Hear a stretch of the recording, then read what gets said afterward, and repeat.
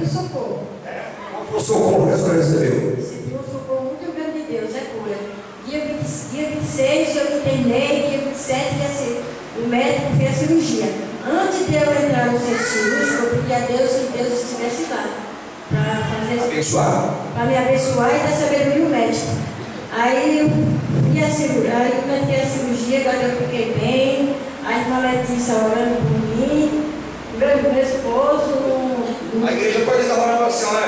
Glória a Deus. A igreja todinha aqui, ó. Bora a oração. Olha para mim, que se vê. Graças a Deus, pessoal, assim, não sempre tem medo não de correr comigo, não, porque eu Deus vivo. Já me deu a cura. Se não for pela minha, porque vai ser pela fé do pastor Júnior, que é o Senhor. Aí, graças a Deus, para a honra e glória do Senhor, estou aqui. Está sadia? Sadia. Dá um abraço aqui. Muito obrigado. Deus está